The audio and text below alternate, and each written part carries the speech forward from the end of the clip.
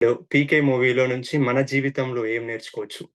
సినిమాలు గూడా కొన్ని సినిమాలు చాలా అద్భుతంగా నేర్చుకోవచ్చు. మనం లాస్ట్ టైమ్ 'హాస్టల్ సిటీ' అనే మూవీ 'నో సోలార్' బుక్‌లో నుంచి నేర్చుకున్నాం. చాలా విషయాలు అద్భుతంగా నేర్చుకున్నాం. సో, కొన్ని అద్భుతమైన మూవీస్ నుంచి కూడా మనం నేర్చుకోవచ్చు.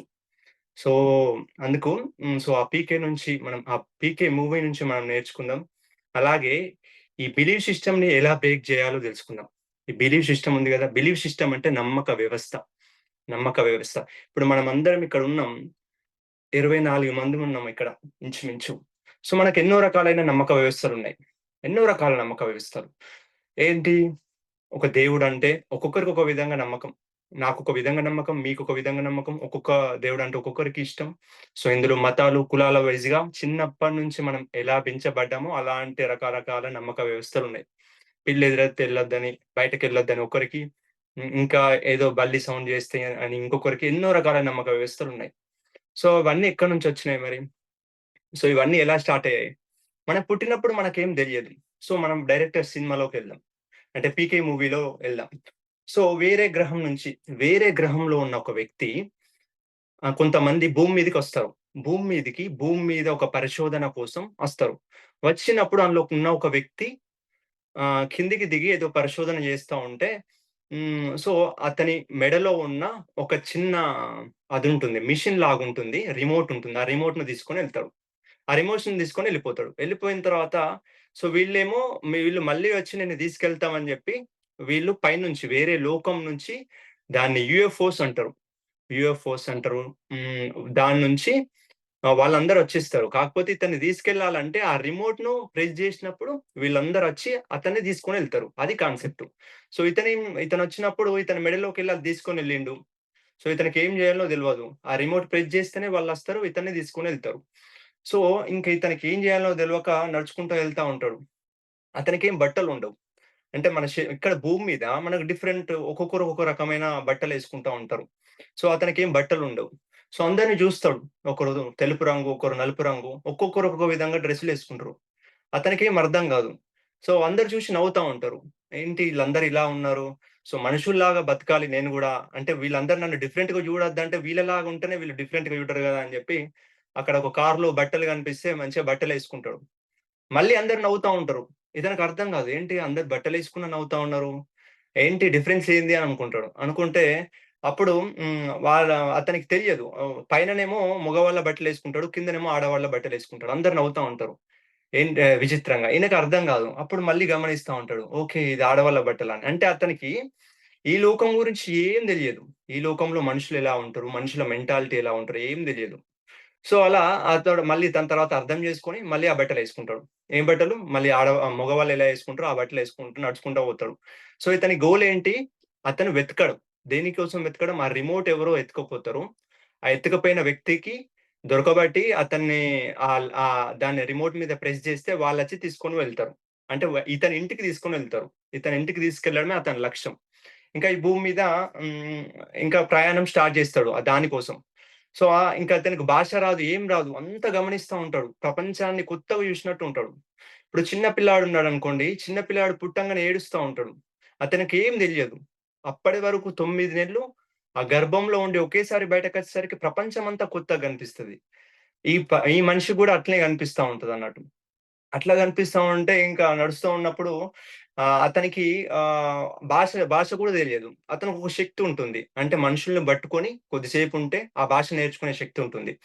సో, ఇంక భాష నేర్చుకుంటాడు. హిందీ భాష నేర్చుకుంటాడు. హిందీ భాష నేర్చుకున్న తర్వాత అందరిని అడుగుతా ఉంటాడు. నాది ఒకరు తీసుకపోయారు. నా లాకెట్ ఒకరు తీసుకపోయారు. దాని కోసం వెతుకుతున్నా. అది ఎవరికి అదెక్కడుంటది అనే అందరిని అడుగుతా ఉంటాడు.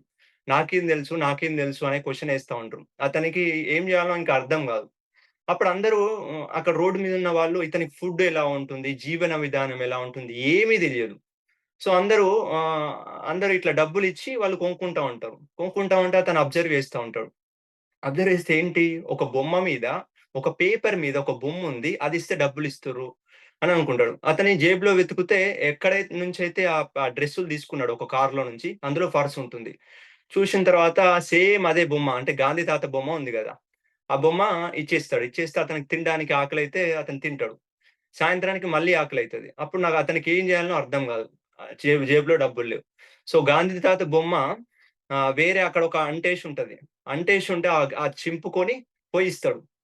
ఇస్తే వాళ్ళు ఏ పిచ్చోనిలాగా చూస్తారు. ఇదెందుకు ఇస్తున్నావని. ఇంకొకటి ఒక చిన్న బుక్కు మీద గాంధీ తాత బొమ్మ ఉంటది. అన్నీ ఏరుకొచ్చుకుంటారన్నట్టు. గాంధీ తాత బొమ్మ ఎక్కడైతే ఉంటదో అవన్నీ చింపుకొని ఆ గోడల నుంచి ఏరుకొచ్చుకొని ఆ గాంధీ తాత బొమ్మ ఇస్తా ఉంటాడు. ఇతనికి ఫుడ్ ఇయ్యరు.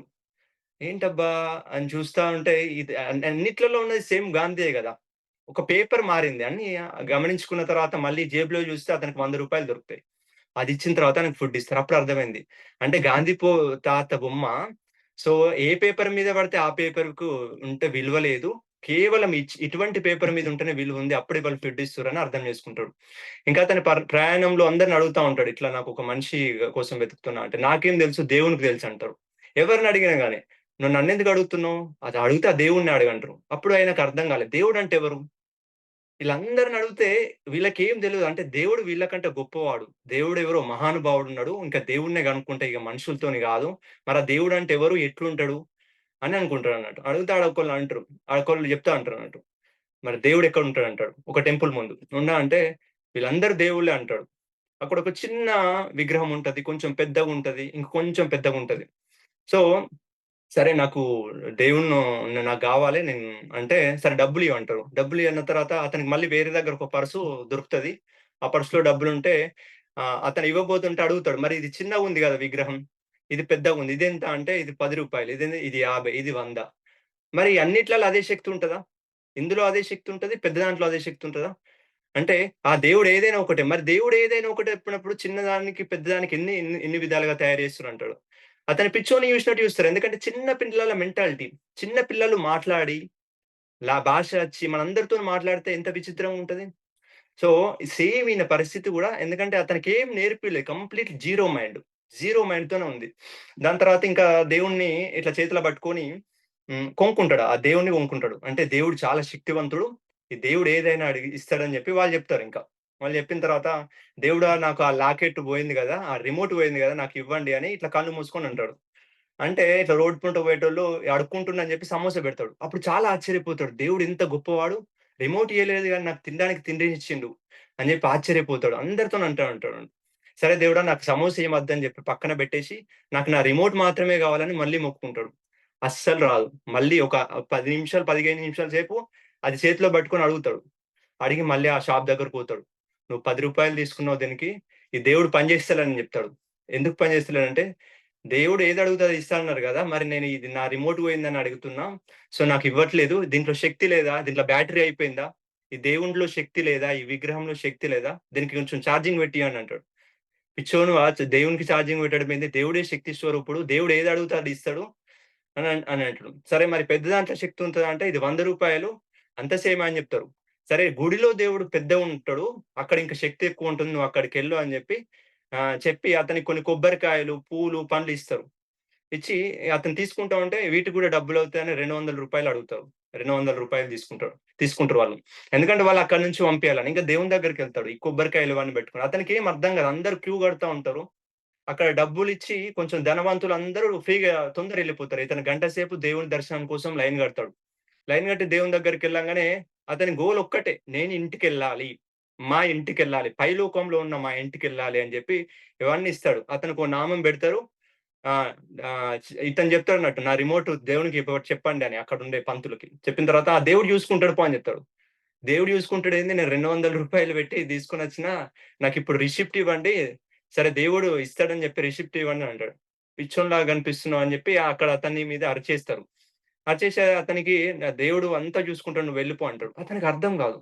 అందరూ ఎవరిని అడిగినా భగవంతుడు ఇస్తాడని అంటున్నారు. ఇక్కడ గుడిలో వెళ్ళిన తర్వాత భగవంతుడు ఇస్తాడని అక్కడికెళ్తే, ఆ భగవంతుడు చూసుకుంటాడులే అని చెప్తారు. మరి ఎక్కడికెళ్ళాలి? అతనికి అర్థం కాదు. అర్థం కాకుంటే ఇతని ప్రవర్తన చూసి ఒక పోలీస్ పట్టుకుంటాడన్నట్టు. పోలీస్ పట్టుకున్న తర్వాత అతని జేబులో ఏముంటుందంటే, అతని జేబులో ఒక విజిటింగ్ కార్డ్ ఉంటుంది. ఒక కార్డ్ ఉంటుంది. అది చూసి ఇతన్ని క్రిస్టియన్ అనుకుంటాడు. నువ్వు పోవాల్సింది ఈ నువ్వు నువ్వు క్రిస్టియన్‌వి. నువ్వు పోవాల్సింది ఈ టెంపుల్ కాదు. నువ్వు చర్చ్‌కెళ్ళాలి అని చెప్తాడు. అప్పుడు అతనికి ఇంకా టెంపుల్ అంటే ఏందో నేర్చుకున్నాడు. అంటే ఈ కొబ్బరికాయలు, ఈ పండ్లు, పూలు అన్నీ తీసుకొని ఎళ్ళాలి గదా! అదే మెంటాలిటీతోని చర్చ్‌కి పోతాడు. కొబ్బరికాయలు మంచిగా పూలు పెట్టుకొని, అగరబత్తులు పట్టుకొని వెళ్తాడు. అది అందరూ ప్రేయర్ చేస్తా ఉంటాడు. మంచిగా వెళ్లి ఆ జీసస్ ముందు ఇక్కడ నిల్చుంటాడు. అందరూ చూస్తా ఉంటారు. ఈయనకేం అర్థం గాదు. ఎందుకంటే దేవుడంటే దేవుడికి ఇవన్నీ చేస్తే దేవుడికి ఇష్టమేమో అని ఎందుకంటే ఈ టెంపుల్‌లో నేర్చుకున్నాడు గదా! ఇంకా చేసిన తర్వాత అందరిని చూసి ఎల్లగొడతారు. కొబ్బరికాయ కొట్టేస్తాడక్కడ. కొబ్బరికాయ కొట్టేసిన తర్వాత అందరూ అతని మీద చాలా సీరియస్ అయితాడు. "నువ్వేంటి నువ్వు హిందువువి ఇక్కడికొచ్చి నువ్వు చేస్తున్నావు" అంటే, "లేదు ఇక్కడ దేవుడున్నాడు. నాకు రిమోట్ పోయింది ఇక్కడ పోయిందంటే" అతనికి అర్థం గాదు. దేవుడు ఇక్కడ దేవుడు ఈ పూలు, పండ్లు ఏం గాదు. వైను అంటే క్రిస్టియన్స్ వైన్ ఉంటుంది గదా! వైను సమర్పిస్తారు దేవునికి. ఆ వైను తీసుకుంటాడు మా దేవుడు అని జెప్తాడన్నట్టు. చెప్పిన తర్వాత నీకేం జేయాలో ఇంక అర్థం గాదు. వెళ్తా ఉంటే సరే వైన్ బాటిల్ అని జెప్పి 2 వైన్ బాటిల్ కొనుక్కుంటాడు. ఇక్కడ దేవుడెక్కడుంటాడని ఒక ముస్లిం గల్లీలోకెళ్ళిన తర్వాత "यहाँ पे बाजू पे ఇక్కడ పక్కనే ఉంది. హ్మ్. ఇక్కడ పక్కనే ఉంది అక్కడికెళ్ళండి" అని జెప్తాడు. పక్కనే ఎళ్ళిన తర్వాత అతను చర్చ్‌లకు అది మన ముస్లిం ఏమంటారు మస్జిద్‌లోకెళ్ళడానికి ప్రయత్నిస్తాడు. ఈ 2 వైన్ బాటిల్‌లు తీసుకొని మంచిగా మస్జిద్‌లోకెళ్తా ఉంటాడు. "ఏం జేస్తున్నావు? క్యా కర్ రहा है" అంటాడు. అప్పుడు చెప్తాడు తెలుగులో హిందీలో చెప్తాడు. ఈ 2 వైన్ బాటిల్‌లు దేవునికి సమర్పిస్తా అంటాడు. ఇగ మస్తు కొడతారిగ. మస్తు వెంటాడతారిగ. వాడిని కొట్టడానికి ప్రయత్నిస్తారు. ఇంకా పిచ్చెక్కుతది ఈయనకు. ప్రతి ఒక్కరిని ఎవరినడిగినా దేవుడు చూసుకుంటాడు అంటున్నారు. కాకపోతే ఒక్కొక్క ప్లేస్‌లో ఒక్కొక్క విధంగా ఉంది దేవుడు. ఇక్కడికెళ్తే పూలు, పండ్లు, పలహారాలు వేసుకెళ్ళినా అదే పండ్లు, పలహారాలు ఒక ప్లేస్‌లోకెళ్ళినా ఎక్కడికెళ్ళినా చర్చ్‌లోకెళ్తే వాళ్ళు వైన్ చూపియమంటారు. సరే వైన్ చూయించమని ఇంకో దాంట్లోకెళ్తే వాళ్ళు ఇదెందుకు తీసుకొచ్చినావు కొడతారు. అతనికి పిచ్చెక్కుతది. ఏంటి దేవుడు అంతా ఒక్కడే అయినప్పుడు ఇన్ని రకాలుగా ఎందుకున్నాయి? అక్కడ టెంపుల్‌లోకెళ్తాడు. టెంపుల్‌లోకెళ్ళిన తర్వాత చెప్పులు అందరూ బయటేసి ఇతనికేం తెలీదు గదా! చెప్పులు బయటేసి ఎళ్తాడు. ఇక్కడ మళ్ళీ చర్చ్‌లో చూస్తే ఆ దేవుని లోపటికి చెప్పులేసుకొని ఎళ్తా ఉంటారు. అసలు ఏం అర్థం గాదు. ఏం జరుగుతుంది? ఏంటి? అని జెప్పి. ఇంకా దేవుని మీద ఇంకా ఒక షాప్‌లోకెళ్తాడు. అక్కడ అందరు దేవుళ్ళని తయారు చేస్తా ఉంటారు. అతను చూస్తాడు. ఈ దేవుళ్ళని తయారు చేసేవాళ్ళు మనుషులు.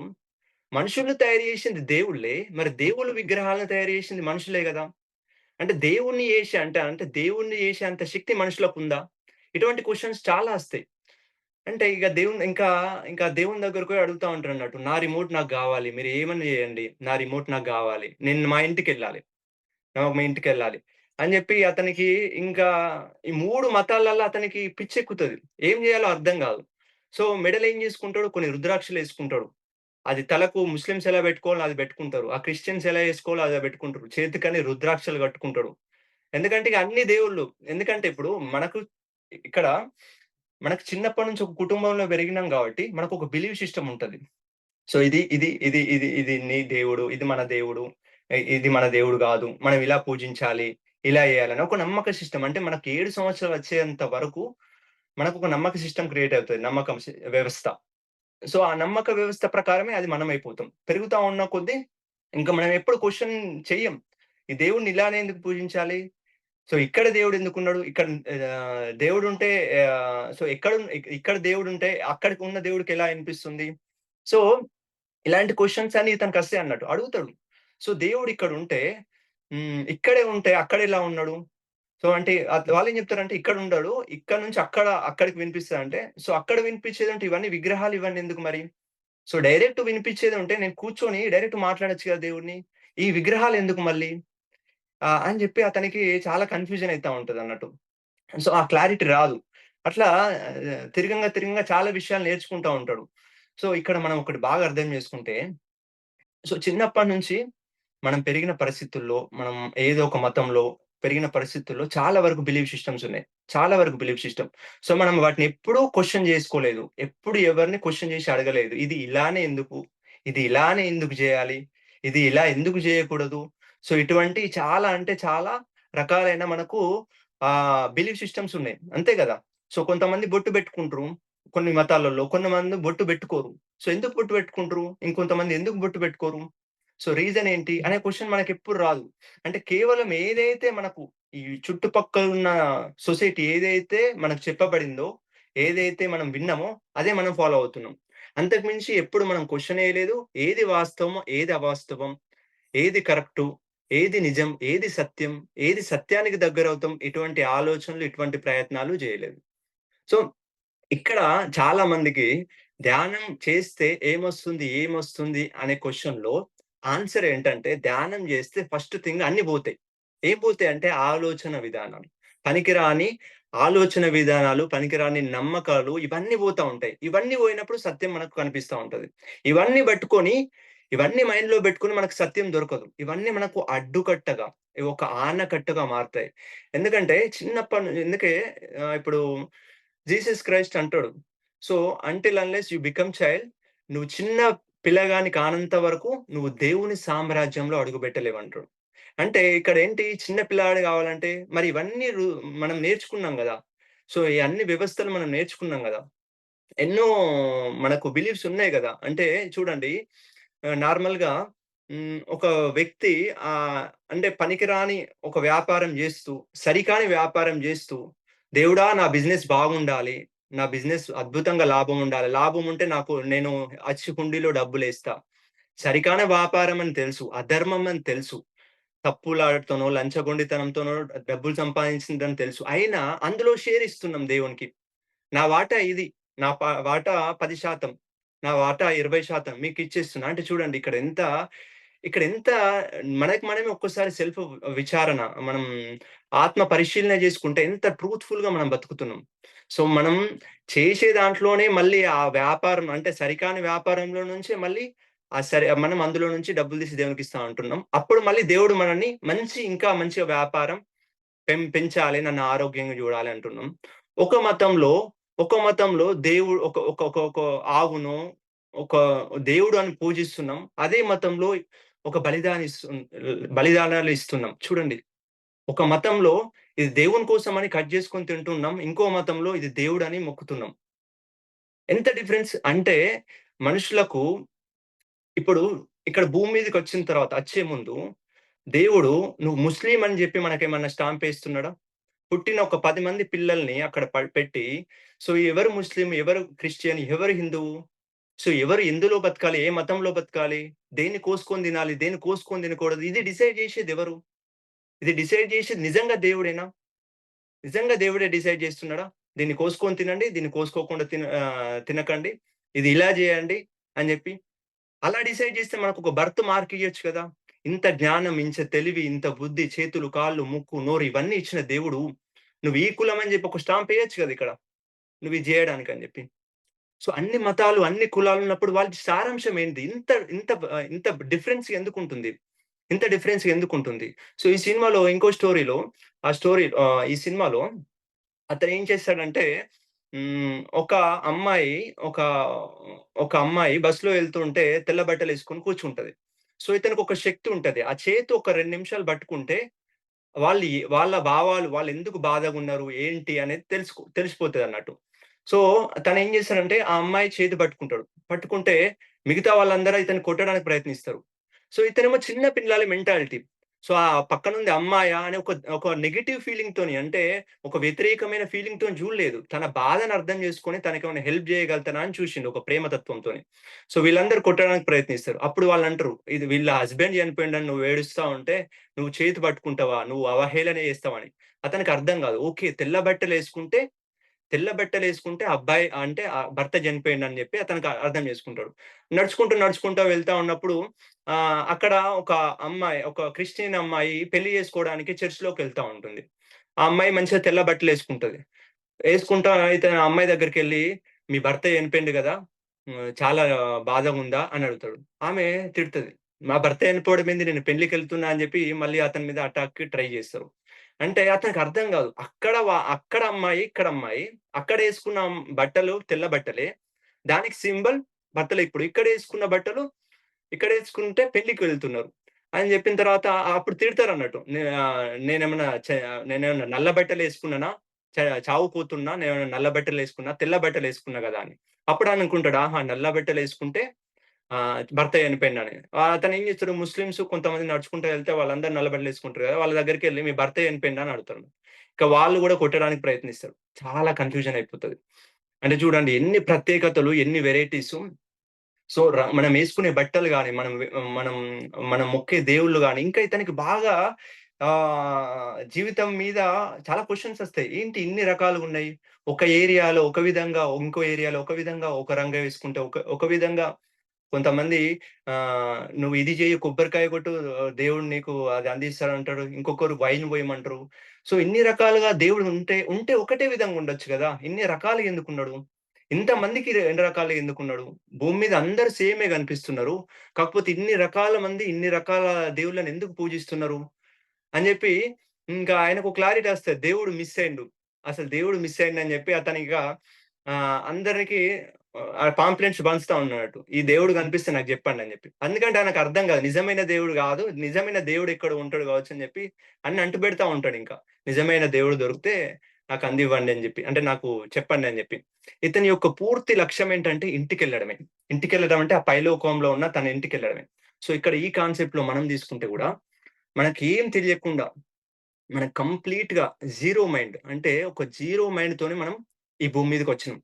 మనకేం తెలియదు. ఏం తెలియనప్పుడు ప్రపంచాన్ని కొత్తగా చూసుకున్నప్పుడు మనకొక పేరు పెట్టిర్రు. నీ పేరు ఇది. నీ కులం ఇది. మన గోత్రం ఇది. నువ్విలా జేయాలి. ఇంకా తల్లిదండ్రులు ఫర్ ఎగ్జాంపుల్. సో, వాళ్ళకేదైతే నచ్చుతదో నువ్విది గావాలి. అంటే నువ్వొక మంచి డాక్టర్ గావాలి. నువ్వొక ఇంజినీర్ గావాలి. ఇవన్నీ 7 సంవత్సరాల వరకు ఏమవుతుంది? నువ్వు పక్కింటి రాములాగా గావాలి. ఈ పక్కుంటి రాజేష్‌లాగా గావాలి. వాళ్ళ లెక్క గావద్దు. వీళ్ళతోని మాట్లాడొద్దు. వీళ్ళు మన కులం గాదు, మతం గాదు. సో, వాళ్ళు మనకలా జేశారు, ద్రోహం జేశారు. ఇవన్నీ ఏమవుతుంది పిల్లల్లో వాళ్ళకు డైరెక్ట్‌గా జెప్పకపోయినా గానీ, మనం ఇంట్లో మాట్లాడుకున్నా అది పిల్లల మీద ఎఫెక్ట్ పడుతుంది. సో, ఈ 7 ఇయర్స్ వరకు మొత్తం మన మైండ్‌లో నిండిపోయింది. మనందరి మైండ్‌లో ఇప్పటి వరకు మన మైండ్‌లో ఉన్నదంతా అసలు నిజంగా సత్యమేనా అని గమనించి చూస్తే చాలా కొన్ని మాత్రమే సత్యం ఉంటాయి. మిగతాయన్నీ ఏదో వాళ్ళ తల్లిదండ్రులు జెప్పిరనో, ఏదో ఒక విషయంలో ఇలా అయిందనో అన్నీ ఫీడ్ అయ్యి ఉన్నాయి. దాని ప్రకారం మన ఆట మనం స్టార్ట్ జేసినాం. మన ఆట మనం ఒక క్యారెక్టర్ ఇచ్చేసుకున్నాం. మనం ఒక పేరు ఇచ్చేసుకున్నాం. మనం ఒక గుణాలు క్రియేట్ జేసుకున్నాం. నేను ఇది గావాలని జెప్పి పరిగెత్తుతా ఉన్నాం. సో, ఒకదాని తర్వాత పరిగెత్తుతూనే ఉన్నాం. ఒకదాని తర్వాత చాలా వరకు అనిపిస్తా ఉంటుంది. హ్మ్. సో, హ్మ్. ఓకే. చాలా వరకు చిన్నప్పటి నుంచి కూడా చెప్తారు గదా! నువ్వు ఇదైన తర్వాత ఇంక సెటిల్ ఏం లేదు. మంచిగా హ్యాపీగా ఉండొచ్చు. ఏదైన తర్వాత అయితే ఒక 10థ్ క్లాస్ ఎగ్జామ్ అయిన తర్వాత లేకపోతే మంచి జాబ్ వచ్చిన తర్వాత. సరే మంచిగా జాబ్ చేసేవాళ్ళు ఎంతమంది హ్యాపీగా ఉంటున్నారు? ఇన్ని కోట్ల మందిలో ఎంతమంది జాబ్ చేస్తూ ఆనందంగా జీవిస్తున్నారు? మరి అంత ఆనందంగా జీవించకపోతే చిన్నప్పటి నుంచి నువ్వు జాబ్ కొట్టు, నువ్వు సెటిల్ అయితావు, నువ్వు ఆనందంగా ఉంటావని ఎలా చెప్పగలుగుతున్నారు? ఎంతమంది ఉన్నారని వీళ్ళు చెప్పగలుగుతున్నారు? పెండ్లై పిల్లలుంటే ఇంకా ఏ టెన్షన్ లేదు. హ్యాపీగా ఉంటామని అనుకుంటున్నారు. ఏ ఇంట్లో సమస్య లేని ఇల్లుంది? ఇన్ని దేవుళ్ళకు అన్ని మొక్కుతున్నాం గదా! ఇన్ని హుండీలలో డబ్బులేస్తున్నాం, కొబ్బరికాయలు కొడుతున్నాం, ఎన్నో ఏస్తున్నాం గదా! ఎందుకు ఇంకా సమస్యలుంటున్నాయి? ఎందుకు మన జీవితాలు ఇంకా మారట్లేదు? ఒక్కసారి మనది మనం చాలా లోతుల నుంచి, గుండె లోతుల నుంచి మనం క్వెషన్ చేసుకున్నప్పుడు మనకర్థమవుతా ఉంటుంది. సో, మనం అన్ని నిజంగా సత్యాలా? కేవలం నమ్మకాలా? సత్యాలా? కేవలం నమ్మకాలనేది బాగా మనం అర్థం చేసుకుంటే మనకర్థమవుతా ఉంటుందన్నట్టు. సో, వచ్చిన సమస్య మళ్ళీ ఎందుకొస్తూ ఉంటుంది మన జీవితంలో. నిజంగా, నిజంగా మనం సమస్య మీద ఫోకస్ చేస్తే ఆ సమస్య ఎళ్ళాలి గదా! ఎందుకు ఇంకా మళ్ళా సమస్యలు క్రియేట్ చేసుకుంటున్నాం? అసలు నిజమైన అది ఎక్కడున్నది? సో, చాలామంది ఈ మార్గంలో ఇంకా ఏంటో తెలియని మార్గంలో కూడా చాలామంది చాలా రకాలైన ఆర్గనైజేషన్స్‌లో వెళ్తా ఉంటారు. అందులో గూడా ఈ ధ్యానంలోకొచ్చిన తర్వాత గూడా ధ్యానంలో చాలా రకాలున్నాయి. ధ్యానంలో చాలా పద్ధతులున్నాయి. మరి దేన్ని నమ్మాలి? ఎవరిని నమ్మాలి? ఏది సత్యం? ఏది సత్యం? ఒకరు ఒక మంత్ర జపం చేసుకుంటూ ఉండండని, ఇంకొకరు కొన్ని పూటలు తినకుంటూ ఉంటే మీకు సమస్యలెళ్తాయని. హ్మ్. ఇంకొకరు ఇంకొక విధంగా ఎన్నో రకాలున్నాయి గదా! మరి దేన్ని నమ్మాలి? దేన్ని మనం ఫాలో గావాలి? సో, మనం ఇక్కడ కట్ జేస్తే మనం ఒకసారి సృష్టి ఆవిర్భావంలోకెళ్దాం. సో, నార్మల్‌గా ఉన్నదంతా ఒకే శక్తి. నేను మాట్లాడడానికి ఏ శక్తి అయితే పనిచేస్తుందో, మీరు వినడానికి అదే శక్తి ఉంది గాబట్టే ఇది శక్తి. సో, ఇదంతా ఒకే శక్తి. ఈ ఒక్క శక్తి నుంచి ఇన్ని రకాల మార్పులు, రంగులు హ్మ్. ఇవన్నీ ఎక్కడి నుంచొచ్చాయి? సో, చూస్తే ఇందులో మన సృష్టి ఎలా జరిగిందనేది అర్థం చేసుకుంటే, ఒక చైతన్యం, ఒక అద్భుతమైన చైతన్యం, అద్భుతమైన కాంతి, దివ్య కాంతి. ఎట్లా అంటే మహాసముద్రమైన ఒక అద్భుతమైన 1000,00,00,000,00,00,000 సూర్యకాంతులతోనే కూడి ఉన్న ఒకానొక లైట్ ఉంది. ఒకానొక ఎనర్జీ ఉంది. లేదా భగవంతుడు అనుకోవచ్చు. సో, ఆ భగవంతుడు ఏం జేయాలనుకున్నాడు? సో, తనలో ఉన్న ఆ కాంతి చుక్కలు, ఆ వెలుగులు లేదంటే ఆ నీటి బుట్లు అంటే సముద్రంలోని నీటి బుట్లు ఎట్లనో తనలో ఉన్న లైట్స్ ఉంటాయి గదా! ఆ లైట్స్‌ని అంటే మనం సోల్స్ అనొచ్చు. ఆ సోల్స్‌ని ఒక సృష్టిని క్రియేట్ జేషిండు. ఫస్ట్ ఒక సృష్టిని క్రియేట్ జేషిండు. అందమైన సృష్టిని క్రియేట్ జేషిండు. ఆ సృష్టిలో అనుభవించడానికి ఉండాలి గదా! ఎవరన్నా. మనం ఒక ఇల్లు కట్టామంటే సో, ఎవరో ఒకరు అనుభవిస్తారనే గదా! మనం గాని, మన పిల్లలు గాని, ఇంకెవరైనా గాని. అది కడతాం గదా! సో, ఈ సృష్టిన తర్వాత ఏమైంది? ఈ సృష్టి ఒక శబ్దం అంటే కొంతమంది ఓంకార శబ్దం అంటారు. ఓంకార శబ్దంతోని ఆ శక్తితో ఆ కాంతితోని ఈ సృష్టి అనేది జరిగింది. జరిగిన తర్వాత దాని తర్వాత ఇక్కడున్న లోపట లైట్స్ లైట్స్‌ని సోల్స్ అనొచ్చు. అవి ఒకానొక పరిణామ క్రమంలో జీవ పరిణామ క్రమంలో మన భూమి మీద రావడం జరిగింది. దాంట్లో ఫస్టు ఇది మన ఖనిజ సామ్రాజ్యం. చాలా వరకు మనం ఎన్నో చిన్న చిన్న ఖనిజాలుగా అంటే బంగారంగా, ఇనుముగా ఎన్నో రకాలైన జన్మలు తీసుకొని ఎన్నో ఎక్స్‌పీరియన్స్ పొందాం. అక్కడి నుంచి దాని తర్వాత ప్లాంట్ ఎన్నో రకాల మొక్కలుగా మనం పుట్టినం. ఎన్నో రకాల మొక్కలు, చిన్న చిన్న పూల మొక్కల నుంచి ముళ్ళ చెట్టు వరకు మనం ఎన్నో ఎక్స్‌పీరియన్సెస్ పొందాం. ఎన్నో జన్మలలో, స్టార్టింగ్ జన్మలలో. దాని తర్వాత యానిమల్ కింగ్‌డమ్ మనం ఒక జంతువులాగా గూడా పెట్టుకున్నాం. ఇక్కడ చూడండి ఒక వెలుగు ఒక కాంతి అనేది ఒక బండయింది. ఒక గ్రానైట్ అయింది. దాని తర్వాత ఒక మొక్కయింది. ఒక వృక్షమయింది. దాని తర్వాత ఒక పులయింది. ఒక కోడయింది. ఒక ఒక చిన్న గుర్రమయింది. దాని తర్వాత ఒక మనిషయింది. అంటే మనం పరిణామ క్రమం చూడండి. దీన్నే సోల్ ఎవల్యూషన్ అంటారు. సో, ఇన్ని రకాలుగా అప్పుడు మొక్కగా ఉన్నది మనమే. అప్పుడు కుక్కగా ఉన్నది మనమే. అప్పుడు చిన్న రాయిగా ఉన్నది మనమే. ఆ దివ్య చైతన్యం మనమే. సో, ఇప్పుడు మనుషులుగా ఈ మనుషుల్లో గూడా చాలా మంది ఒక్కొక్కళ్ళు ఒక్కొక్క స్టేజ్‌లో అంటే ప్రౌఢాత్మ, బాల్యాత్మ, యవ్వనాత్మ, వృద్ధాత్మ ఇలా చాలా రకాలైన స్టేజెస్ ఉంటాయి. అందులో ఒక్కొక్కరు ఒక్కొక్క రకమైన జన్మల్లో ఉన్నాం. సో, ఇప్పుడు మనం ఈ జన్మల్లో ఉండి సో, మన సాటి జంతువులు అవి వేరే ఎలా అయితాయి? అక్కడి నుంచి వెలుగు నుంచే ప్రతి ఒక్కటొచ్చింది. ఈ శ్రీకృష్ణ భగవంతుడు గూడా ఇదే జెప్పాడు గదా! ప్రతి జీవిలో నేనున్నా, ప్రతి చిన్న చిన్న రాయిల్లో గూడా ఉన్నా అని. ఒక భగవద్గీత శ్లోకం గూడా ఉంటుంది. అంటే ప్రతి అణువులో నేనున్నా అని. నా శక్తితో నిండి ఉందని జెప్పి. సో, అన్నిట్లో ఉంటే మనం ఆ జంతువుని చంపుకొని ఎందుకు తింటున్నాం? అన్నిట్లో ఉన్నాడు కదా పరమాత్ముడు. ఒకప్పుడు ఒకానొక జన్మలో మనం ఒక కోడిగా ఉన్నాం. ఒక మేకగా ఉన్నాం. ఈరోజు మనం మనుషులైనంత మాత్రాన వాటిని చంపే అధికారం ఎలా ఉంటుంది మనకు? అవి గూడా ఏదో ఒక రోజు వాటి పరిణామ క్రమంలో మనుషుల్లాగానే అవుతుంది గదా! సో, ఇలా మన ఎవల్యూషన్ అనేది మెల్లగా ఇలా పెరిగింది. ఇంకా లాస్ట్ జన్మలకొచ్చేసరికి ఈ పీకే ఎలా అయితే నేను ఇంటికెళ్ళాలనే క్వెషన్ ఒస్తుంది గదా! ప్రతి ఒక్కరిలో అదొస్తుంది. ఎందుకంటే ఇన్ని జన్మలలో ఎన్నో రకాలైన నమ్మకాలతో నిండిపోయి ఇంకా మనం అదే అనుకున్నాం. మనకు క్యారెక్టర్ ఇచ్చేసుకున్నాం. నేనొక ఇంజినీర్. ఓకే. నాకు ఇది నా నా ప్రెస్టీజ్ ఇది. ఇంకా దాంట్లో అద్భుతంగా మనం జీవిచ్చేస్తున్నాం. మళ్ళీ ఎళ్ళిపోతున్నాం ఇక్కడి నుంచి. ఎళ్ళిన తర్వాత ఇక్కడ కళ్ళు మూయగానే అక్కడ కళ్ళు తెరుస్తున్నాం. అక్కడ కళ్ళు తెరవగానే సత్యాన్ని చూస్తున్నాం. అరె! ఇన్ని రోజులు, ఇన్ని సంవత్సరాలు, ఇంత అహంకారంతోని, ఇంత అజ్ఞానంతోని చేయరాని పనులన్నీ జేసినా, మళ్ళీ జన్మ తీసుకోవాలి. మళ్ళీ పునరపి జననం, పునరపి మననం. మళ్ళీ జన్మ తీసుకోవడం, మళ్ళీ చనిపోవడం. మళ్ళీ కర్మానుసారంగా ఆ సంస్కారాలతో మళ్ళీ జన్మించడం. మళ్ళీ జన్మిస్తున్నాం. మళ్ళొక క్యారెక్టర్ తీసుకుంటున్నాం. ఈ ఆట ఆగుతలేదు. ఈ ఆట చిన్న బండరాయి నుంచి మొదలైంది. మనకెన్నో ఎక్స్‌పీరియన్సెస్ ఉంటాయి. కేవలం మనం చూసేది చిన్న ఎలా అంటే చిన్న మైన్యూట్‌గా జూస్తాం. ఒక చిన్న పెద్ద సముద్రంలో ఒక చిన్న నీటి బుట్టి లాగానే జూస్తాం. కాకపోతే మన అనంతమైన శక్తిని మనం ఎప్పుడు తెలుసుకుంటాం అది? ఈ ధ్యాన మార్గం ద్వారా మనం తెలుసుకుంటాం. సో, మనం ఈ చిన్న అంటే ఇప్పుడు ఇక్కడ నుంచి చూస్తే ఈ భూమి చాలా ఆహ్, ఏంటంటే పెద్దగా కనిపిస్తది. అక్కడ అమెరికా ఉంది, ఇక్కడ కెనడా ఉంది, అక్కడ ఇండియా ఉందని. చాలా పైనకెళ్ళి చూస్తే ఇండియా, కెనడా, భారతదేశానికి డిఫరెన్స్ కనిపియదు. ఆహా! భూమి ఇక్కడ ఉంది అని అనిపిస్తది. ఒక బంతిలాగా కనిపిస్తది. సో, ఇక్కడ చూసే పర్స్‌పెక్టివ్ అనేది చేంజ్ అయిపోతా ఉంటుందన్నట్టు. ఈ చివరి జన్మల్లోకొచ్చేసరికి ఏమైపోతుందంటే, ఇంకెన్నో జన్మలలో మీరే దేవుడు అని చేయరాని పనులన్నీ జేసి, మళ్ళీ దేవుని దగ్గరికెళ్ళి, ఆ పాపాలు కడుక్కోవడానికి మళ్ళీ దేవునికి హుండీల్లో డబ్బులేయడము, దేవునికి చేయడము, ఇవన్నీ గూడా జేసే ఉంటాం. ఎందుకంటే చేసిన పాపాలనుకోండి. మళ్ళీ అక్కడికెళ్ళొచ్చి గూడా మళ్ళీ తర్వాత రోజు నుంచి మళ్ళీ అవే తప్పులు, మళ్ళీ అవే కర్మలు. అంటే ఇక్కడ మారేది ఇప్పుడు దేవుని దగ్గరికెళ్లి పూజలు జేసినంత మాత్రాన గుణంలో మార్పు రాపోతే మనకు ఆ ముక్తి లభిస్తుందా? ఆ దేవుడు మనల్ని క్షమిస్తాడా? ఆ ముక్తికి మార్గం మనకు దొరుకుతుందా? దొరకదు గదా! ఇక్కడ మారాల్సింది కొబ్బరికాయలు ఇవి కాకుండా మన గుణాలు మారాలి. అవి చేయడం తప్పని అనట్లేదు. ఎవరి నమ్మకాలు వాళ్ళవి. ఎవరి నమ్మకాలు వాళ్ళవి, ఎవరి యొక్క అవగాహన వాళ్ళది. ఒకరు ఆహ్, ఒక ఎగ్జాంపుల్ చూస్తే ఈ సినిమాలో తనేం చేస్తాడంటే, ఈ 'పీకే' సినిమాలో ఒక చిన్న బండరాయి ఉంటుంది గదా! ఆ బండరాయిని ఒక చెట్టు దగ్గర బెడతాడు. చెట్టు దగ్గర బెట్టి ఆ పాన్‌లో రెడ్‌గా ఉంటుంది గదా! పాన్‌లో రెడ్‌గా వస్తుంది. దాన్నేమంటారో, ఆ బండరాయి కొంచెం రాసి ఒక 5, 10 రూపాయలు చిల్లరలు అక్కడేస్తాడు. ఏసి పక్కన పోయి నిల్చుంటాడు. అప్పుడు పక్కనున్న వాళ్ళకి జెప్తాడు. చూడండి ఎలా ఉంటుందో అని. ఒక 2, 3 గంటలయ్యేసరికి అందరొస్తారు. ఆడ మొక్కుతా ఉంటారు. రూ. 1, రూ. 2, రూ. 3 డబ్బులేస్తారు. మొక్కుతా ఉంటారు. దేవుడా నాకు మంచి జాబ్ రావాలి.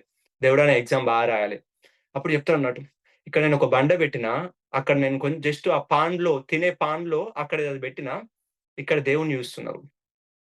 అంటే చూడండి మన నమ్మకం వేస్తా. ఇప్పుడు చాలా వరకు గూడా మనం బయట జూస్తా ఉంటాం. సో, నిజంగా ఒక బండలో ఉన్న దేవుడు మనలో లేడా? ఒక గుడిలో ఉన్న దేవుడు మనలో లేడా? కేవలం గుడి దగ్గరికి పోయిన తర్వాతనే సత్యంగా మాట్లాడాలా?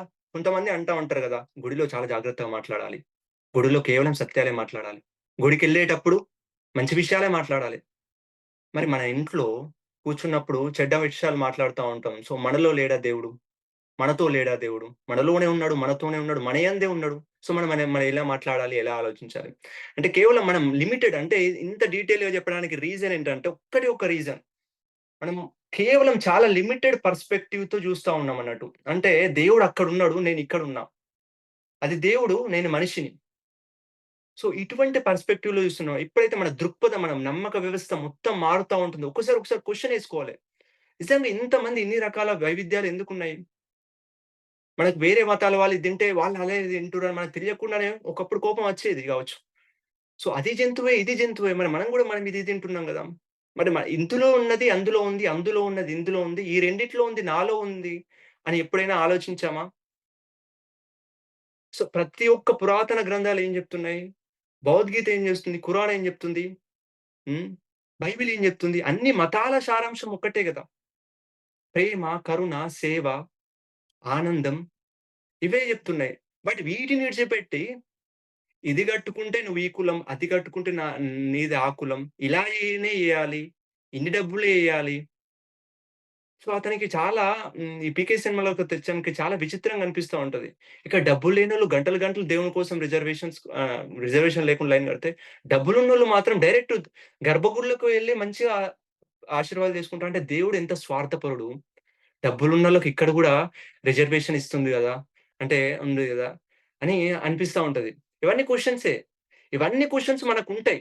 బేసిక్‌గా చిన్నప్పటి నుంచి మనకేం నేర్పియకుండా అన్ని క్వెషన్ ఎయడమే నేర్పించినామనుకోండి పిల్లలకి, ఏదైనా సైంటిఫిక్‌గా ఇది దేవుడెందుకు? ఇక్కడెందుకు మొక్కుతున్నాం? ఈ చెట్టుకెందుకు మొక్కుతున్నాం? ఈ భూమికెందుకు మొక్కుతున్నాం? అని ఒక రీజన్‌గా మనం చెప్పడం స్టార్ట్ చేసినామనుకోండి, వాళ్ళని క్వెషన్ అడగడానికి ఆకర్షించామనుకోండి, చాలా వరకు చిన్నప్పటి నుంచి ఇదెందుకుందనంటే, అది అంతే అంటాం. ఎందుకంటే అసలు మనకు తెలియదు గాబట్టి. ఇప్పుడిప్పుడు మనకు మెల్లమెల్ల కొన్ని కొన్ని విషయాలు నేర్చుకుంటున్నాం.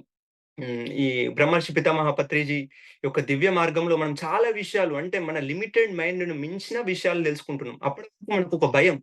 చాలా మందికి భయముంటుంది. ఆ భయం అంటే తెలియకుండానే దేవుడు ఇలా జేయకపోతే ఏదో జేస్తాడు గావచ్చు ఒక భయం. దేవునికి మొక్కపోతే నేను మొక్కుకున్నా గదా! ఒక భయం. సో, నిజంగా దేవునికి ప్రేమిస్తూ చేస్తున్నామా? భయంతో చేస్తున్నామా? భక్తితో చేస్తున్నామా? ఏదో గావాలని చేస్తున్నామా? దేవుణ్ణి దేవునిలాగా దేవుని కోసం నైవేద్యం వండి పెడుతున్నావా? ఒకటి ఆశించి ఈ నైవేద్యం వండి పెడితే ఏదో వస్తుందని చేస్తున్నామా? సో, ఇక్కడ మనం బాగా అర్థం చేసుకోవాలి. దేవునితో నిజంగా మనం బిజినెస్ చేస్తున్నామా? మనం దేవుణ్ణి ప్రేమిస్తున్నామా? సో, ఇవన్నీ విషయాలు మనం క్వెషన్ చేసుకున్నప్పుడు మన లోపటి నుంచి ఆ బిలీఫ్ సిస్టమ్స్ అన్నీ క్రాక్ అయిపోతాయి. అన్నీ బ్రేక్ అయిపోతాయి. అప్పుడు మనకు సత్యం అనిపిస్తా ఉంటది. ఇక్కడ సేమ్ ఇక్కడికి చిన్న పిల్లలు వాళ్ళకి బట్టలు లేవని ఎవరు సిగ్గుపడరు, మొహమాట పడరు. ఎందుకంటే వాళ్ళకి తెలియదు. మనం నేర్పిస్తాం బట్టలేసుకోవాలి.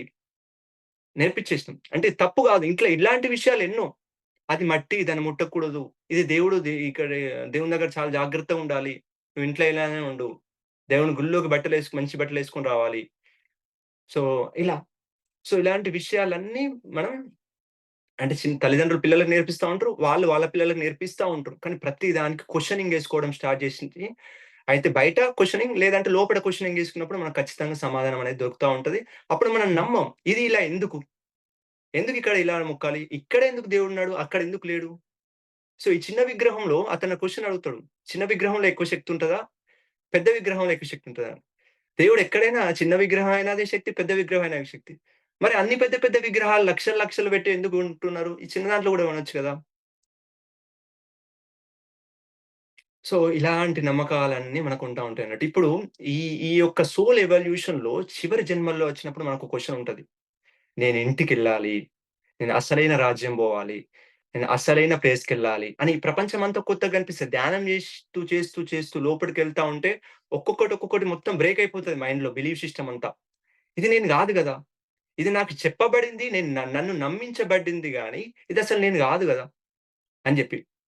అందుకే ఈ ధ్యానం చేస్తున్న కొద్దీ చాలా మందిలో జిజ్ఞాస తెలుసుకోవాలని ఇంకా బుక్స్ ఎందుకు చదువుతూ ఉంటారంటే, అప్పటి వరకు తెలుసుకున్నది మొత్తం కేవలం వాళ్ళకి తెలిసింది వాళ్ళు జెప్పారు. కాకపోతే అది సత్యమా? సత్యం కాదా? అని మనం ఎప్పుడు ఆలోచించలే. కాకపోతే ధ్యానంకొచ్చిన తర్వాత అలా ఉండదు. సో, నిజమైన సత్యం ఎక్కడుంది? నిజమైన దేవుడెక్కడున్నాడు? అసలు ఏది సత్యం? దేన్ని పూజించాలి? దేన్ని త్యజించాలి? దేన్ని తినాలి? దేన్ని తినకూడదు? ఇవన్నీ మన లోపలికి మనం వెళ్ళినప్పుడు తెలుస్తా ఉంటాయి. సో, అతనికి ఆ సినిమాలో మొత్తం లాస్ట్ వరకు అతనికి ఒక్కటే ఒక్క టార్గెట్ నేను ఇంటికెళ్ళాలి. ఇక్కడ మనకు గూడా నేను ఇంటికెళ్ళాలి అనే ఒక మన గట్టి సంకల్పం ఉంటే, మనకు సత్యం అనేది తెలుస్తా ఉంటది. ఇంటికెళ్ళాలంటే ఏంటి?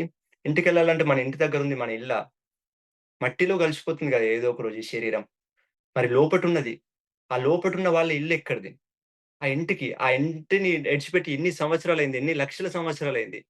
సో, అందుకే మన లోపల చాలా మందిలో ఇప్పుడు ఇంతమందివి ఇక్కడ గ్యాదర్ అయ్యి ఈ విషయాల గురించి ఎందుకు తెలుసుకుంటున్నాం?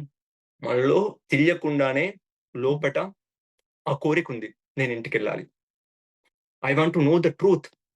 I have to know the truth. ఖచ్చితంగా నేను సత్యం తెలుసుకోవాలి. సత్యాన్ని దర్శించాలని జెప్పి. ఎందుకంటే అలసిపోయాం. చాలా అలసిపోయాం. అంటే తెలిసినా తెలియకపోయినా గాని చాలా అలసిపోయాం. చాలా అంటే చాలా అలసిపోయాం. సో, ఇక్కడ మన కర్మ గూడా ఉంటుంది. టైమ్ ఎంతయింది మాస్టర్స్? ఓకే. సో, ఇంకొక 10, 15 నిమిషాల్లో ఫినిష్ చేద్దాం. ఇక్కడ మన కర్మ గూడా ఉంటుంది. సో, ఇవన్నీ చేస్తా ఉన్నాం. మనకు గత సంస్కారాలుంటాయి, కర్మలుంటాయి, నమ్మకాలుంటాయి. ఇవన్నిటి ప్రకారం ఈ నమ్మకాన్ని బ్రేక్ జేయాలంటే మనం చాలా ఎఫర్ట్స్ పెట్టాలంతే. అంటే మనం చాలా అద్భుతంగా ధ్యాన సాధన జేయాల్సుంటదండి. ఎందుకంటే ఈ నమ్మకాలు ఇప్పటివే గాదు. ఎన్నో జన్మల నుంచి మనకొస్తున్న నమ్మకాలు ఇవన్నీ. అంత ఈజీగా పోవు. అంత ఈజీగా నువ్వు ఇది మనం మార్చుకోలేము. అంత ఈజీగా మన ఫుడ్ హాబిట్ మారదు. మన సత్యాన్ని దర్శిస్తున్నప్పుడు మనం ఎందుకంటే, మనం ఇప్పుడు ఒక్క నిమిషం ఆగుతూనే కొన్ని కొన్ని ఎన్నో ఆలోచనలు మనలో వస్తున్నాయి. ఒక 10 నిమిషాలు ఆగితే కొన్ని వందల ఆలోచనలొస్తున్నాయి. ఆ ఆలోచనలు మనం రమ్మని అంటున్నామా? ఆ ఆలోచనలు రావడానికి మనం పర్మిషన్ అడుగుతుందా? మనం వాటికి పర్మిషన్ ఇస్తున్నామా? ఒక 10 సెకన్లు ఆగుదాం. మనం నిజంగా ఆలోచిస్తున్నామా అదే వచ్చేస్తుందా? చూడండి అంటే మన మైండ్ ఇంత స్పీడ్‌గుంది. ఎన్ని జన్మల నుంచి సంస్కారాలు నింపుకుంటున్నామే గానీ, తీసేయడం ఎప్పుడు తీసేస్తాం? ఇప్పుడు తీసేస్తాం. ఈ అద్భుతమైన ధ్యాన సాధన ద్వారా ధ్యానం అంటే ఏదో చిన్నగా జలుబొచ్చి పోయిందనో, ఏదో ఒక వ్యాధి నయం గావాలనో, లేపోతే మంచిగా డబ్బులు రావాలనో ఇదంతా చిన్న థింగ్సు. ఇవన్నీ చాలా చిన్న థింగ్సు. చిన్నప్పుడు మనం చిన్న గోటీలు ఆడుతా ఉంటే, ఇప్పుడు మనం ఆడం. చాలా బోర్ కొట్టేసింది గోటీలు చూసి. గోటీలే గదా! దాంట్లో ఏముందని. కాపోతే అదే గోటి కోసం మనం కొట్టుకున్న రోజులున్నాయి. అదే గోటి కోసం మనకెంతో కోపమొచ్చిన రోజులున్నాయి. ఎందుకంటే ఆ పర్స్‌పెక్టివ్‌లో గోటి పెద్దది. అక్కడ మనం రూ. 10 ఇచ్చినా తీసుకోము. కాపోతే గోటి ఎక్కువనిపిచ్చింది. ఇప్పుడు గూడా చాలా వరకు మన ఎవల్యూషన్‌లో మనలో కొంతమంది అంటే మనలో ఇంతకుముందు చెప్పినట్టు ఆ దశల్లో ఆ ఆత్మ దశల్లో ఒక్కొక్కరికి ఒక్కొక్క విధంగా ఉంటది. కొంతమందికి పూజలే గొప్ప అనిపిస్తది.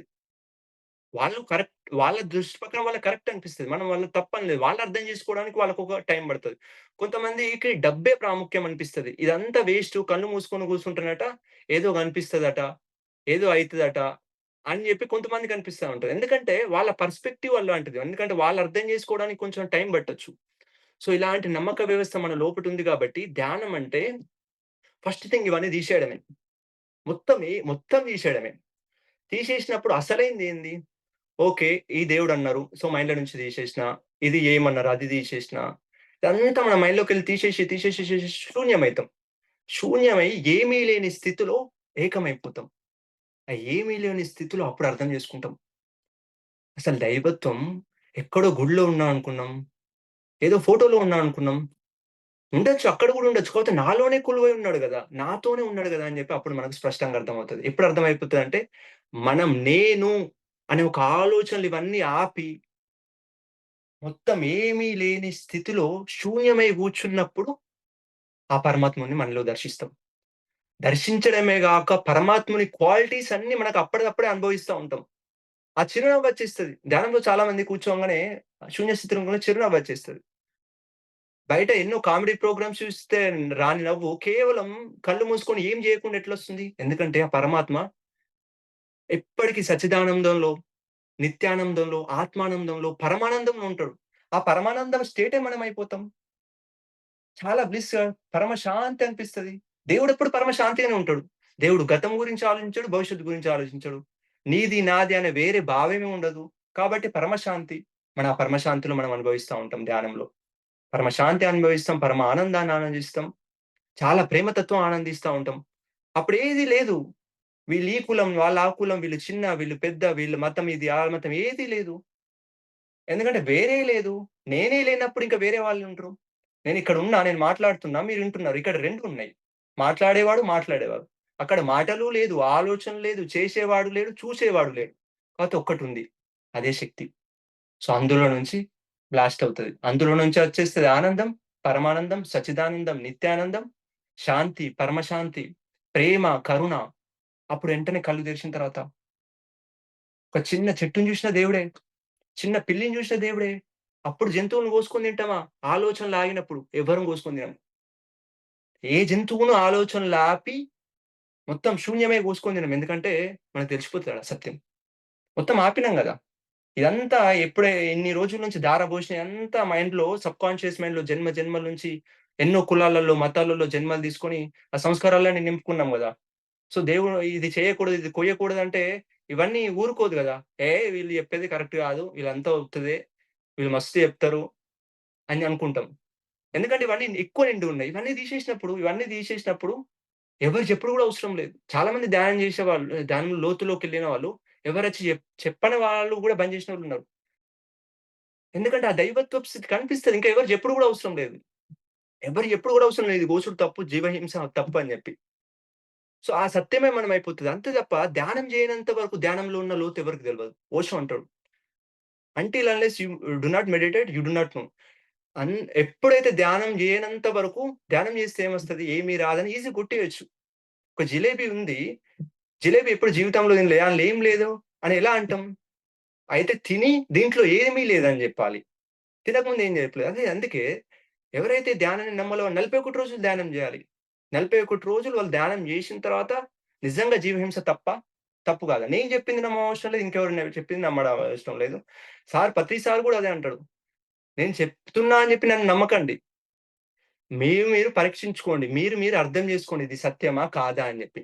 ఎందుకంటే ఇవన్నీ నమ్మకాలు గూడా చిన్నప్పటి నుంచి కూడా తల్లిదండ్రులు, ఇంకొకరు, ఇంకో జన్మలలో ఎన్నో విషయాలన్నీ గూడా చెప్పినయే గదా! చెప్పినయన్నీ మైండ్‌లున్నాయి క్వెషనింగ్ జేయకుండా. ఇప్పుడందుకే ఇవి గూడా నమ్మాల్సిన అవసరం లేదు. గుడ్డిగా నమ్మాల్సిన అవసరం లేదు. కాకపోతే దీన్ని మనం ఎక్స్‌పెరిమెంట్ జేయొచ్చు. అద్భుతంగా మనం ధ్యాన సాధన జేసి ఎక్స్‌పెరిమెంట్ జేయొచ్చు. సో, ఇంకా తక్కువుంది గాబట్టి, సో, చాలా మందికి ఈ టైం ఉండదు. మస్తు బిజీగున్నా పొద్దున్నుంచి సాయంత్రం వరకు డ్యూటీ అయితుంది. నిద్రబోవాలి. అలా అయిపోతుందని. ప్రతి ఒక్కరు చదువుకునే వాళ్ళు చదువుందని, పెళ్ళైన వాళ్ళు ఫ్యామిలీని జూసుకోవాలని, ఇంకా పిల్లలున్నవారు పిల్లలకి టైం అయిపోతుందని, వ్యాపారం జేసేవాళ్ళు నా వ్యాపారానికి టైం అయిపోతుందని, మరి మనకు టైం ఎప్పుడు దొరుకుతుంది? అంటే ఎన్నో జన్మలలో ఇలా ప్రతి ఒక్కటి పోతే ఒకటొస్తుంది గదా! ఇది అయిపోతే ఇంకొకటి, చదువు బోతే జాబు, జాబ్ బోతే వ్యాపారం, వ్యాపారం బోతే పిల్లలు, సంసారం అన్నీ బోయిన తర్వాత ఆరోగ్యం. ఆరోగ్యం బాగున్నప్పుడు జేస్తా. ఈ వయసులో ఏం జేస్తా అనే క్వెషనొస్తది. ఇట్లా ఎన్నో జన్మలు దాటుకుంటూ అసలిదే అసలైన జన్మ అని ఇప్పుడు ధ్యాన మార్గంలో స్టార్ట్ జేశాం. సో, ఇక్కడ మెడిటేషన్ చేయాలంటే నిద్ర తక్కువ జేసుకోవచ్చు. ఎందుకంటే 4, 5 గంటలు పడుకుంటే సరిపోతది. 4, 5 గంటలు పడుకుంటే మిగతా 3, 4 గంటలు అద్భుతంగా టైం దొరుకుతది. అక్కడ చాలా అద్భుతంగా ధ్యాన సాధన జేయాలి.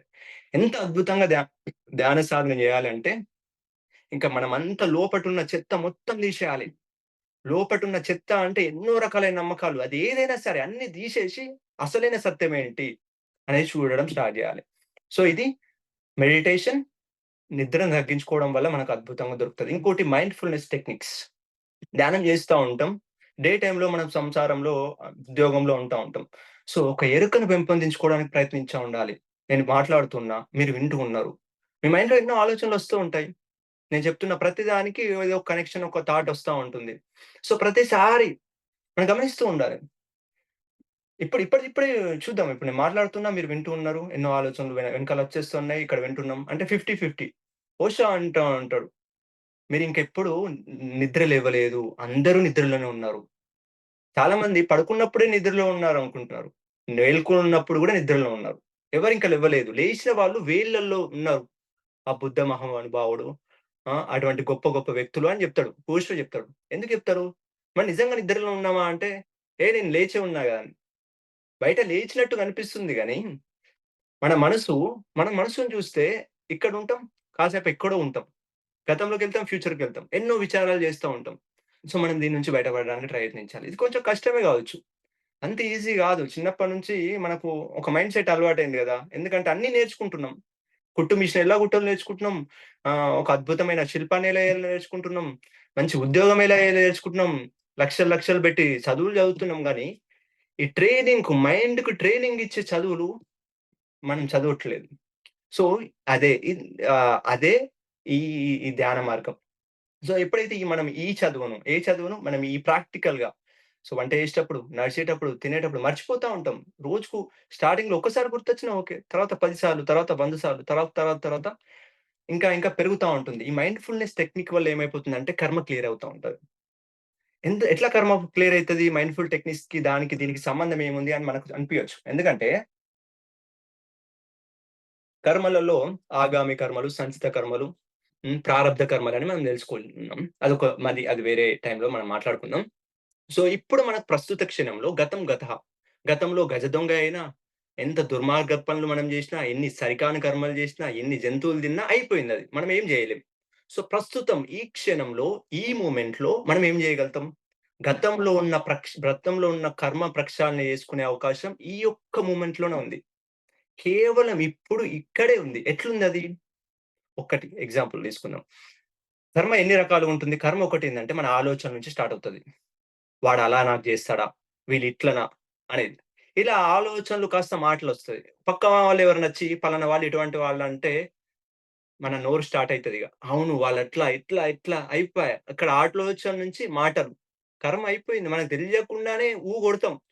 కొట్టినామా అంటే ఆళ్ళింక ఆడ గంట అయిపోతది. మన పనులు పక్కన బెట్టి గూడా పక్కోళ్ళ గురించి మాట్లాడేసుకుంటాం. ఎందుకంటే, ఎందుకంటే మనకక్కడ దెలియక. వాక్కు గురించి తెలియక, వాక్కుకున్న శక్తి గురించి తెలియక, అదే పని మీద ఏడిపిస్తే అక్కడ ఎనర్జీ లాస్ అయితాం. అక్కడ కర్మలనేవి స్టార్ట్ అవుతా ఉంటాయి. ఇవన్నీ మాట్లాడిన తర్వాత ఏమైపోతది? ఆ నెగెటివ్ ఎనర్జీ, ఆ పనికిరాని ఎనర్జీ అంతా కూడబెట్టుకొని, అదేదో పని చేస్తా ఉంటే మనకు చిరాకు రావడం స్టార్ట్ అయితది. మన ఎనర్జీ అక్కడే ఆలోచన నుంచి డౌన్ అయిపోతుంది. మాటల నుంచి డౌన్ అయిపోతుంది. మనం జేసే అది పనుల మీద ఇంపాక్ట్ పడుతుంది. ఇంకా మనం జేసే ఉద్యోగంలోనే ఇంట్లో ఉన్న వాళ్ళ మీద వెంటనే కోపం వచ్చేస్తది. చిరాకొచ్చేస్తది. "నువ్వు అట్లే చేస్తావా?" పిల్లల్ని గాని, ఇంకెవరినైనా గాని ఇంట్లో కోపం వచ్చేస్తది. చూడండి ఒక చిన్న విషయం ఆలోచన నుంచి మొదలైంది. ఈ కర్మది ఇదంతా. ఆలోచన నుంచి మాట, మాట నుంచి ఒక కర్మ అంటే ఒక క్రియ. ఆ క్రియ. మళ్ళీ మనో కర్మగా యాడ్ అవుతా ఉంటుంది. సో, ఇన్ని రకాలుగా యాడ్ ఉంటుంది. మనం ఈ క్షణంలో ఇప్పుడు ఏం జేయొచ్చు అంటే, ఒకవేళ ఎరుకతోని శక్తివంతంగా మనం ఉన్నాం అనుకోండి, మా ఆలోచనలు పనికిరాని ఆలోచన వచ్చేస్తది. ఎందుకంటే మనసు అంటేనే మంకీ మైండ్. ఒక కోతి స్వభావం ఉన్న మైండ్ అదెప్పుడు ఒక కాడ ఉండది. కోతి ఎప్పుడు ఒక దగ్గర అస్సలుండదు. ఇక్కడ దుంకుతది, అక్కడ దుంకుతది. సేమ్ మన మైండ్ గూడా అంతే. కాకపోతే గమనించడు. ఒక ఎరుక జస్ట్ లోపట ఓకే. ఏది సరికాని ఆలోచన వచ్చిన వెంటనే దాన్ని గమనించడం అంటే అది ఎళ్ళిపోతది. లేకపోతే సరైన ఆలోచనగా మారిపోతది. అదొకటి మనం జేయొచ్చు. గమనిక, ఆలోచనల గమనిక. మాటలను గమనించుకోవడం. మనం ఎరుకలో ఉన్నామనుకోండి, చాలా వరకు ధ్యానం జేసిన తర్వాత మనకెక్కువ మాట్లాడబుద్ది గాదు నిజంగా చెప్పాలంటే. మాట్లాడాల్సిన పరిస్థితి వచ్చేంత వరకు మాట్లాడం. అదే ధ్యానం చేయలేననుకోండి అనవసర విషయాలన్నీ మాట్లాడతాం. ఎందుకంటే ధ్యానం చేయంగానే మనకు ఎరుకొస్తది అవసరం లేదని జెప్పి. మనకు ప్రశాంతంగా ఉండాలనిపిస్తది. ఎందుకు మనకనిపిస్తది. కొద్దిగా శక్తి తగ్గంగానే మనం మాట్లాడేచ్చేస్తాం. సో, ఎంత కంప్లీట్‌గా మన ఎనర్జీ అండ్ అవేర్‌నెస్ లెవెల్స్ బట్టే ఉంటది. సో, మన అవేర్‌నెస్ అంటే మన ఎరుక, మన ఎనర్జీ అనేది చాలా ఇంపార్టెంట్. సో, ఇక్కడ కర్మలు ఇన్ని రకాలుగా మనకు యాడ్ అవుతా ఉన్నాయి. ఈవెన్ చేసే పనుల్లో గాని, సరైన పని, సరికాని పనిలో గాని మనకు అవేర్‌నెస్ లేదనుకోండి, ఏమైపోతదిలెండి, ఏమైతది ఎవరు చూస్తుర్రులెండి, ఈ తప్పు చేస్తే ఏమైతది అని వెంటనే మైండ్ చెప్పేస్తది. అక్కడ మనం దాని మాట వింటాం. ఎందుకంటే ఇన్ని సంవత్సరాల నుంచి చక్రం ముందుకు తిరుగుతూ, తిరుగుతూ ఉంది సరైన మార్గంలో. వెంటనే ఆగదు గదా! అవేర్‌నెస్ ఉన్నాగానే లేదు.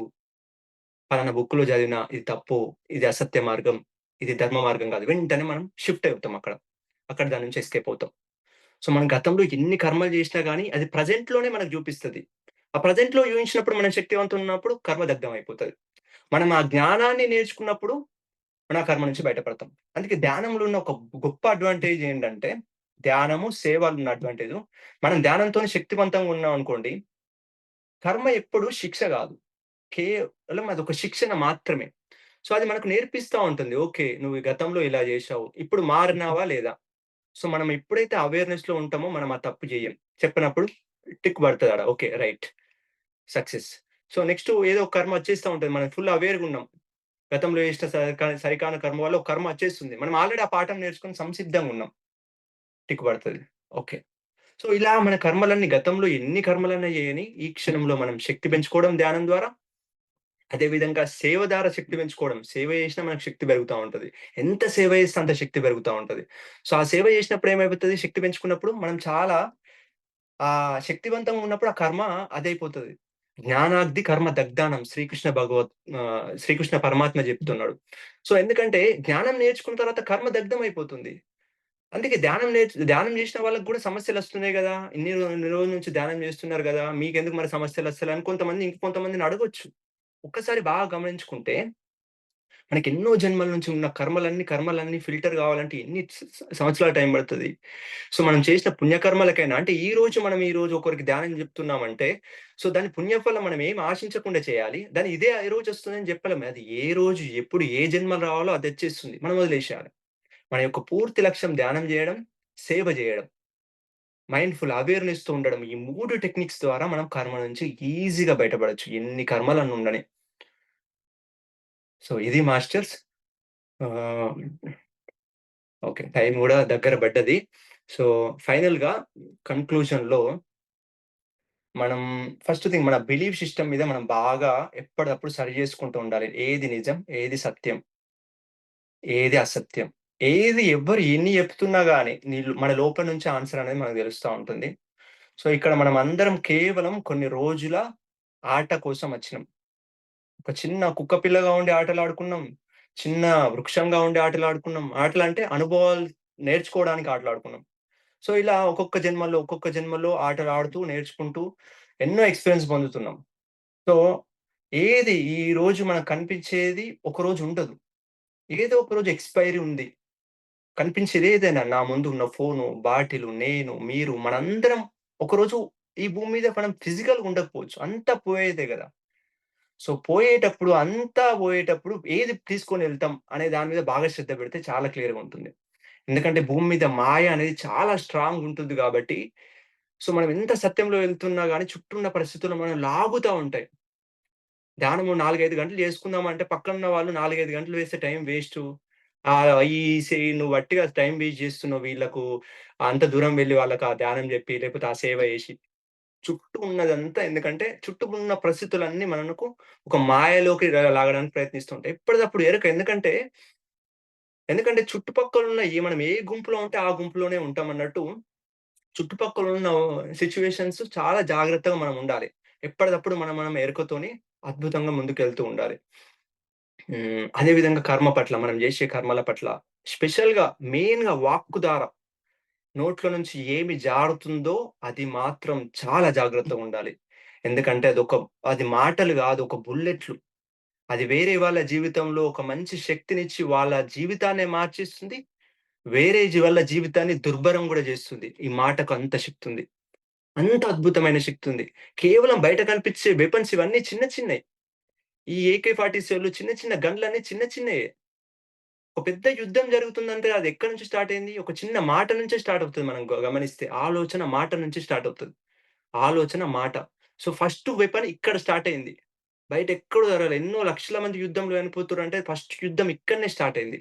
అక్కడి నుంచి మాట, అక్కడి నుంచి కర్మ, క్రియ. సో, ఇది చాలా జాగ్రత్తగా మనం గమనించుకొని మన జీవితంలో గతం గతః, గతం విగతం అయిపోయింది. ఈ క్షణంలో మనకు తెలుసు ఏమి రాదని దెలిసినా మళ్ళీ ఎందుకు వెంపర్లాడుతున్నామంటే మనలో శక్తి, అవేర్‌నెస్, ఆ జ్ఞానం ఎప్పుడు మనం అద్భుతంగా ఇప్పుడు మనం సాయంత్రం అందరం ఒక్కొక్కరు మాస్టర్స్ వచ్చి చెప్తున్నారు కాబట్టి అద్భుతంగా మనం ఒక ట్రాక్‌లో ఉన్నాం. ఒక మంచి మార్గంలో ఉన్నాం. మనం ఇంకా జారిపోవడానికి లేదు. మనం ఏమన్నా రాంగ్ డైరెక్షన్‌లో ఎళ్తున్నా గాని మనకు ఇటువంటి సజ్జన సాంగత్యం ద్వారా మళ్ళీ మనది మనకు అర్థమవుతా ఉంటుంది. సో, ఇక్కడ నేను మీకు జెప్తున్నా అంటే మీకు చెప్పినట్టు కనిపించినప్పటికీ నేను నేర్చుకుంటున్నా. ఇదంతా నేను జెప్తున్నా అంటే నేను నేర్చుకుంటున్నా. ఎందుకంటే హ్మ్. చెప్పేవాళ్ళు నేర్చుకుంటున్నారు. వినేవాళ్ళు నేర్చుకుంటున్నారు. సో, ఇదంతా అదొక యూనివర్సల్ ప్లాన్‌లో భాగంగా సో, అద్భుతంగా ఇలా ముందుకు నడుస్తుంది మాస్టర్స్. సో, ఇంత మంచి అవకాశం ఇచ్చిన మీ అందరికీ హృదయపూర్వకంగా కృతజ్ఞతలు. మీరెవరైనా మాట్లాడాలి అనుకుంటే మీరు అన్‌మ్యూట్ చేసుకొని మాట్లాడొచ్చు.